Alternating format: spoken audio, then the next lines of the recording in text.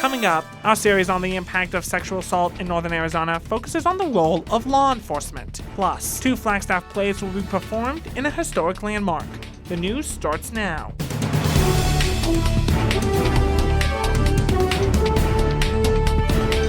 You're watching NAZ Today, Northern Arizona's local news.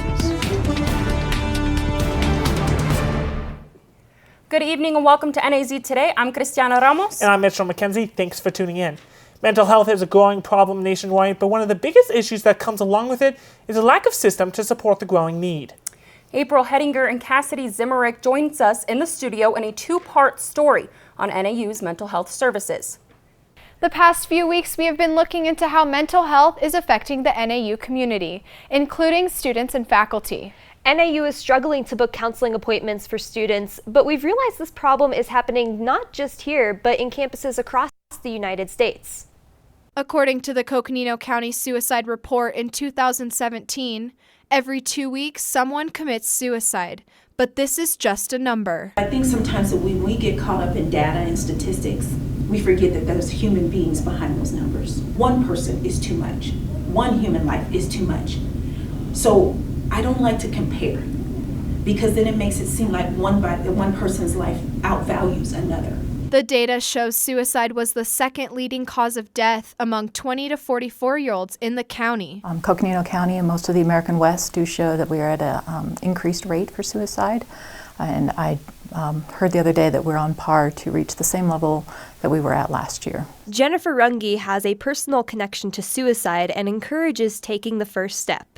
Coming to terms with your thoughts. A year ago, my then 18-year-old daughter woke me up in the middle of the night to say that she had been having suicidal ideations for about 3 months. And the only thing that had held her back was the fact that she knew that her younger sister would be the one that would find her.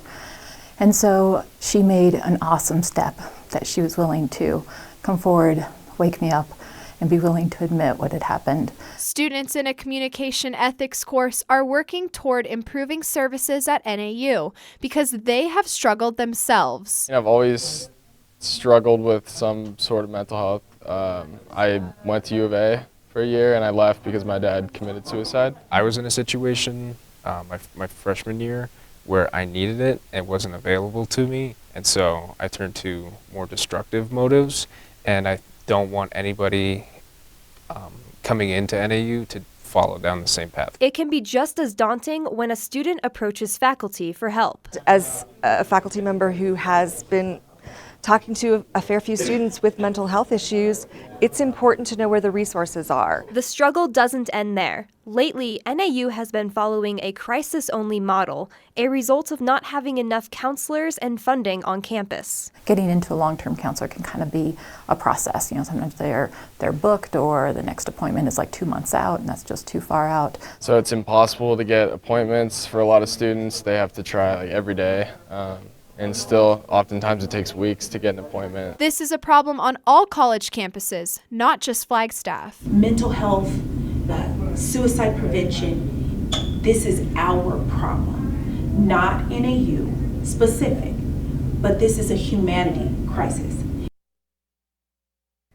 Suicide has been a prominent issue for decades, and it's a touchy subject. But tomorrow we will tell you how some students took an action to make an improvement in mental health services, hoping to make a local impact. I'm April Hedinger. And I'm Cassidy Zimmerick, NAZ Today.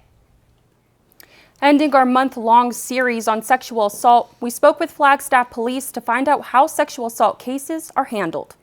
In many sexual assault cases, survivors are often blamed and questioned by law enforcement and court officials. It is one of the problems that survivor Laura Gray Rosendale says needs to be addressed. In many cases like this, they're concerned about the survivor being able to be articulate about what's happened.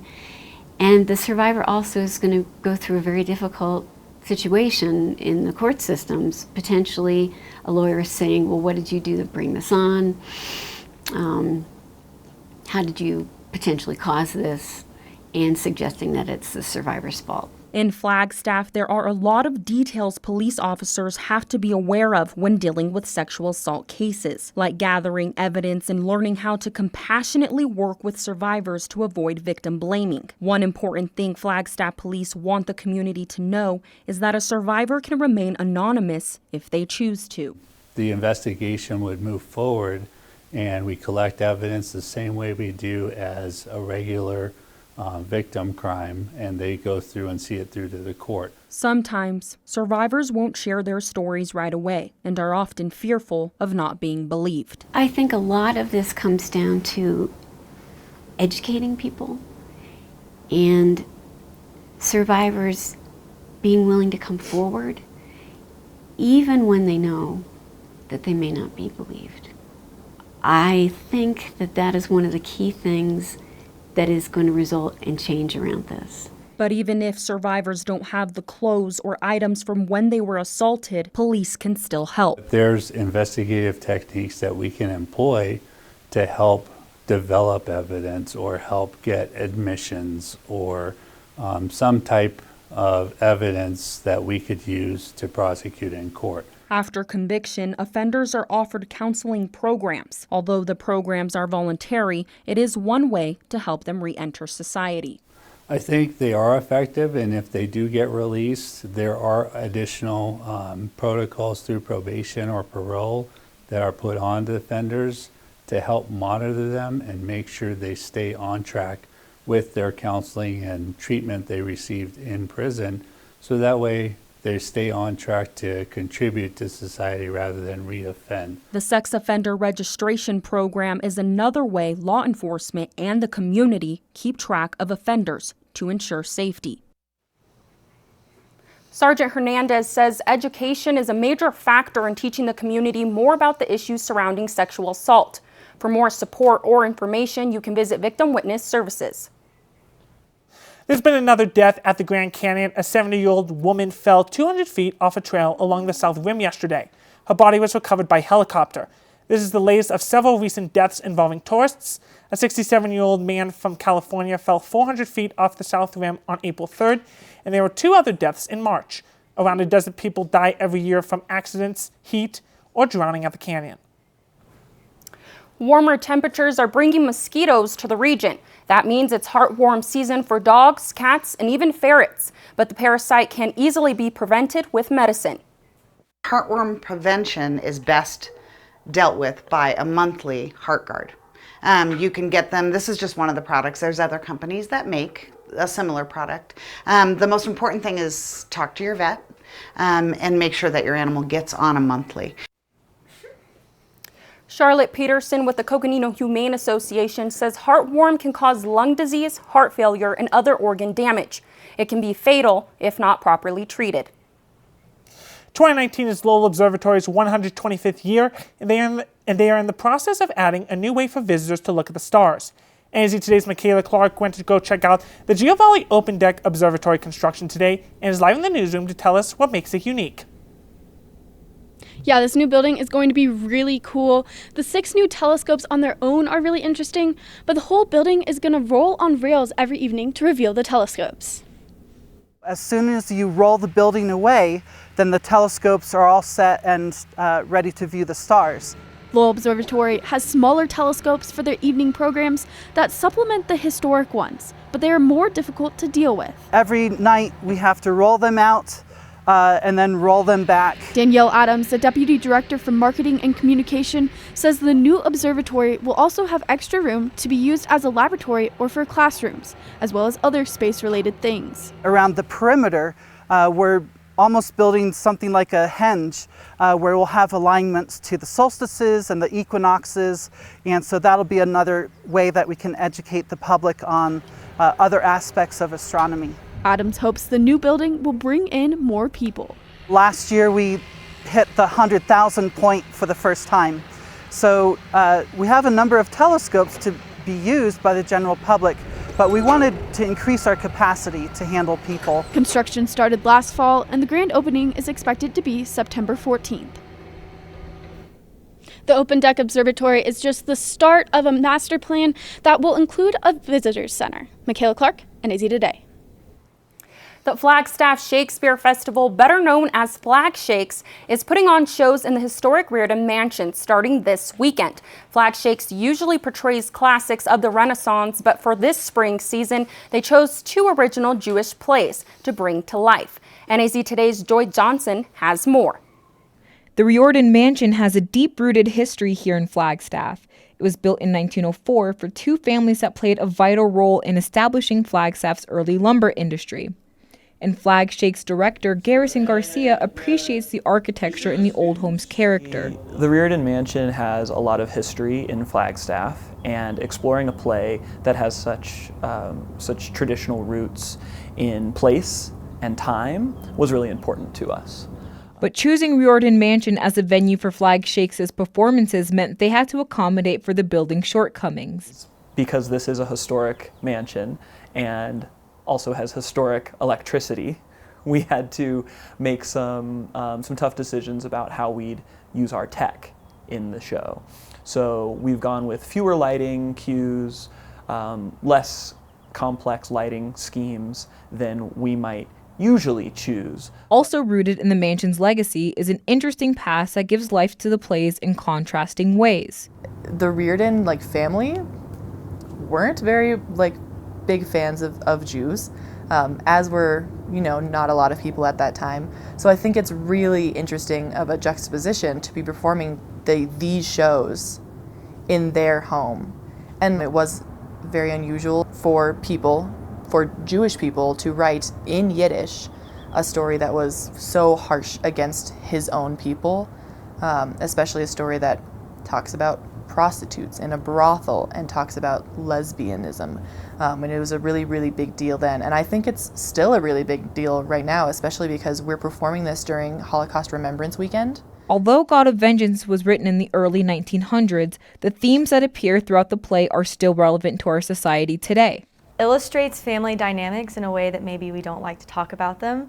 It's a very combative family, and there are a lot of things they struggle with, and it's all out there.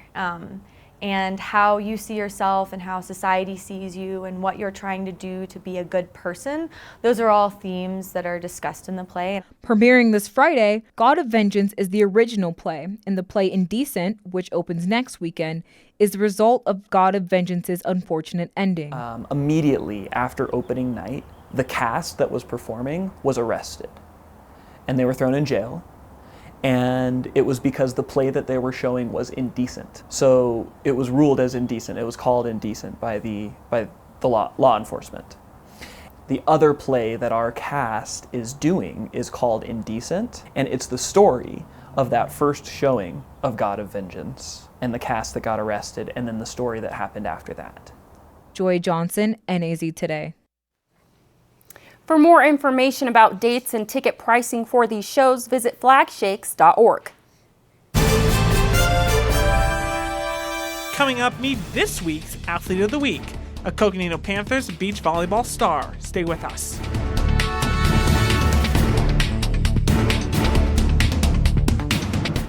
Good evening, Northern Arizona. So we had some nice hot weather out there today.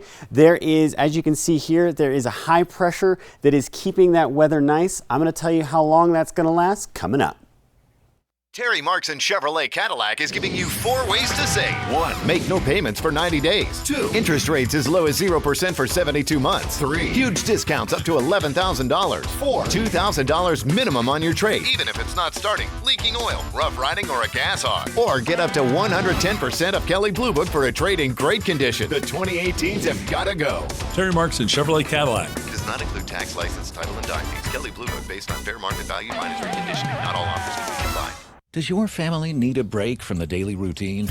Hello, I'm Dr. Spruce. If you or someone you know needs a healthy dose of nature, visit discovertheforest.org and trade in the big screen for the big blue sky by visiting a local park or forest near you. Hiking, picnicking, swimming, orienteering, climbing, admiring wildlife, or inhaling fresh air may result in heightened creativity, feelings of joy, harmony, satisfaction, and a euphoria that can only be explained as oneness with the natural world. Whoa. Welcome back. It's Wednesday, and Mitch, that means it's time for another Athlete of the Week. NAZ Today's Raj Galardi is in studio to introduce us to a Coconino High School beach volleyball co-captain. Raj? While beach setting is the last thing you'd think of here in Flagstaff, the Coconino Beach volleyball team has been a dominating force this season. Senior co-captain Kenzie Palmer is a multi-sport athlete, but really found her competitive passion the first time she smacked a volleyball over a net. While Palmer alternates between indoor and beach volleyball, she believes there's no better feeling than digging her toes into that warm sand. It's such like a better atmosphere, like being outside, playing with just one person. Palmer has progressed as an athlete, but head coach Scott Dendy says her mindset is what makes her an effective captain. What stands out is just her attitude, like always being so positive and cheerful, and it's just sort of infectious. And just seeing from last year, she played in the fives all year, and she was really solid there. But then this year, she's just really had a breakout year, and it's kind of later from her junior to senior year. So moving from the fives to the ones and just being awesome up there. Palmer's perseverance forces her to look past her physical limitations and drives her to be a real tactician on the court. Also just physically shorter in stature, but she can still play at a high level just by like ball placement and ball control. And so that's really great to see too. It's not about getting up and pounding the ball all the time. It's just hitting it wherever the other team's not. With over 500 digs for Palmer and almost 150 kills for her partner Brooke Parker, this deadly combo believes that with Parker's unstoppable offense and Palmer's impenetrable defense, they can beat any duo they face. I think because we have a defender and a blocker, and so when we play against good teams that can hit hard, we can actually put up a blocking defense rather than just letting them hit straight down. When Palmer isn't leading the Panthers to victory, she enjoys taking the reins of another beast. So I've been riding horses since I was really young. So I love riding horses, and we've competed, so I compete with them. And then I love the outdoors. I love hiking and swimming and biking. Palmer has helped push Coconino to the playoffs and feels that closing out her high school career with a championship title would be the perfect icing on the cake. Always wanted to and dreamed of it, but court, we're always so far away from it, so I think that beach, we have a really good chance of it this year. Her positive spirit and strong determination makes Kenzie Palmer this week's Athlete of the Week. Coconino won the first round of playoffs last night at home against Canyon del Oro. Palmer and the Panthers are competing at Fountain Hills High School in the next round as we speak. Unfortunately for us here in Northern Arizona, the rest of the playoffs would take place down in the valley. So until next season, I'm Raj Galardi, NAZ Today.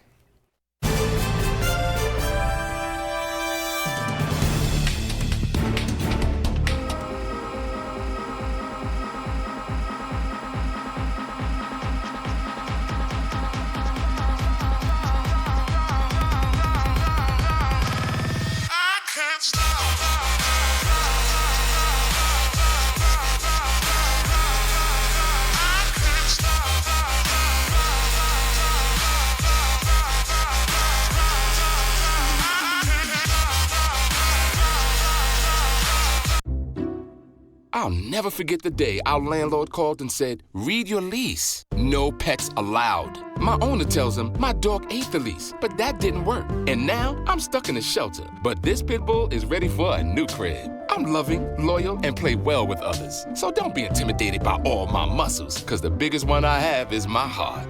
That's right, I said it.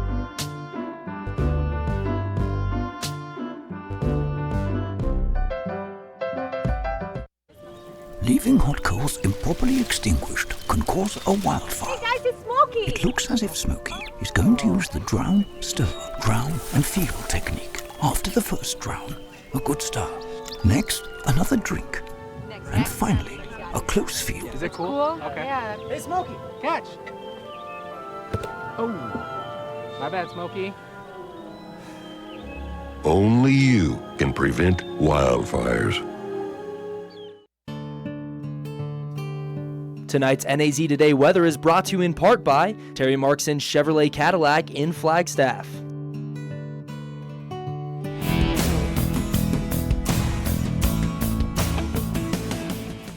All right, welcome back, student forecaster Aiden Casey. Well, we had a nice sunny day out there today. No clouds really in the sky.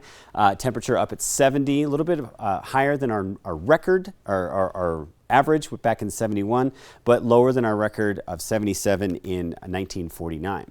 All right, so looking at the temperatures all around the Northland, 84 in Kingman, 72 in the Grand Canyon, 79 out in Winslow, 75 in Payson, 79 in Prescott, 68 in Sedona, and a nice warm temperature of 92 in Phoenix. All right, so I do want to bring your attention to the specific satellite. This is a great example of what's happening right now and the weather that's going to be coming towards us. If you look right here, there is a nice bubble of a high pressure. That's all warm air right there that is keeping this low pressure storm up and over. So we actually are not going to be seeing any of that storm for several days because of this. And as you can see over here in Flagstaff, we are clearing up and we're going to have some nice warm days in our forecast. All right, so Flagstaff currently temperature 64, sunny, a little bit of wind out there, but not much. And tonight your forecast is going to be 36. It's going to be clear and quiet. Not going to see a lot of clouds out there. Sunset is at 7:07. Tomorrow's forecast will be a little bit warmer than today, 72, sunny and warm. Sunrise will be at 5:42. All right, and forecast temperatures around northern Arizona. Lake Havasu going to have a real nice day at 99. Kingman 85, Sedona 85, Prescott 82, Payson 81, Winslow 83, Phoenix almost triple digits down there at 99. All right, and your 5-day, like I said, we're going to have some nice weather from that high pressure. 72 tomorrow, 73 Friday, 71 Saturday. It is going to start cooling off on Sunday. Wind will be coming in, a little bit of breeze on Saturday, breezier on Sunday, and we do have chances for a thunderstorm coming in on Monday. Aiden, what's up with those storms? Well, this high pressure is going to move out. Low pressure is going to come right back in. I'm excited for the warmer weather. Yeah, it's going to be nice. All right, Michaela, what's going on in sports? Well, the D-backs had a close call last night. I'll have the details after the break. You know what, guys? There's a lot of tree branches and dry brush over here. We should probably move the bonfire over there.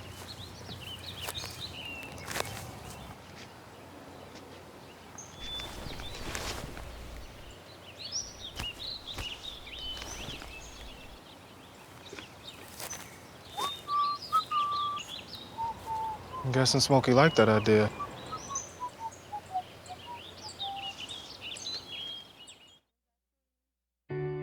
Meals on Wheels gives me a chance to be totally selfless.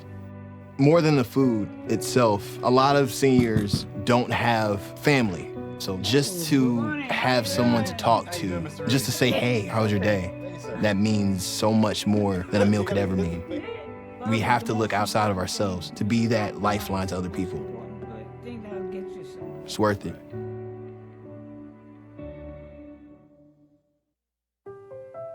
So we were walking to school. I started thinking about lunch.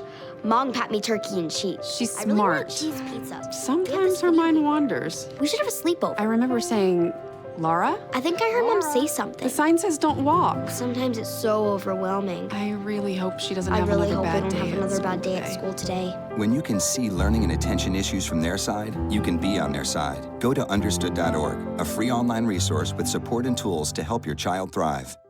I grew up in the housing projects of Cleveland. I didn't even know that life could be any better than it was. Education for me has been a way to get away from the agony of what was normal life. I want to be able to impact the community, not just look back on where I came from, but to reach back to where I came from and pull some people up with me. My name is David, and I am your dividend.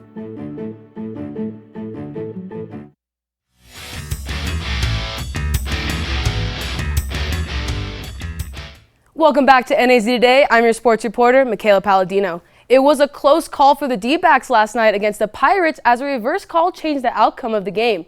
Peralta hits a grounder to second baseman. He throws it into home as Dyson slides in, and he is called out initially.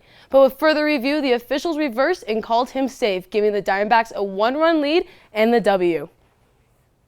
NAU spring football is in their last week of practice, and I caught up with head coach Chris Ball and senior quarterback Case Cookis yesterday.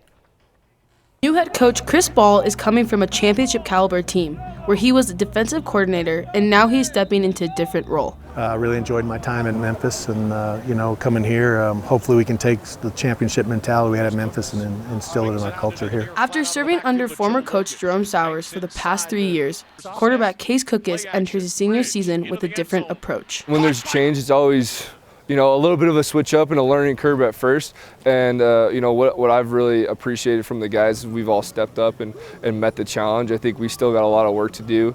Having the opportunity to be a head coach for the first time was a big incentive, but Cookus was the deciding factor for Ball. You know, he's one of the reasons that I took the job, you know, is because he was here, and anytime you got a great quarterback, you got a chance to win. Cookus had his second season-ending injury as a Lumberjack last year, but he says after a good spring workout season with Ball, he's eager to get back on the field. I still got a lot of work on, so I wouldn't say I'm 100% yet, but I'm hoping after this last week I'll be pretty close to 100%. With the spring scrimmage game this Saturday, Coach Ball is excited to see it all come together. We have to work some things on just assignment-wise. You know, we had some missed assignments on Friday in the scrimmage, things that we had to fix, and just continue to play with a lot of energy and passion. The game will take place Saturday at 6 p.m. at the Walk-Up Sky Dome. Admission is free for students. Michaela, I'm excited for the spring football game. This is going to show us how NAU is going to be playing for the season, for next season. Exactly. We're going to see who's going to step up, especially spots for Butler. We need to know who's going to be our receiver and who's going to be Cookus' go-to guy. Exactly. Yep. All right, well, we'll take one more look at weather coming up after the break. What to expect when you're expecting Like here. a teenager. Today, I'm going to show you how to teen-proof your home. First step, hide the car keys. Preferably somewhere they would never look. Challenges will come up. Be ready for them. Hi, honey. Ready for the... Mom, you don't use mannequins in the mannequin challenge. You don't have to know it all to be a perfect parent. Thousands of teens in foster care will love you just the same.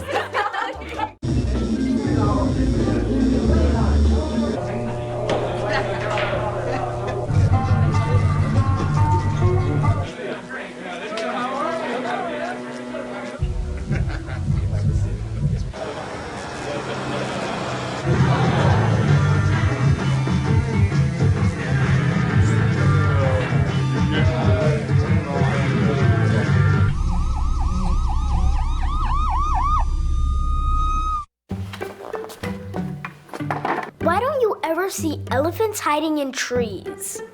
Because they're really good at it.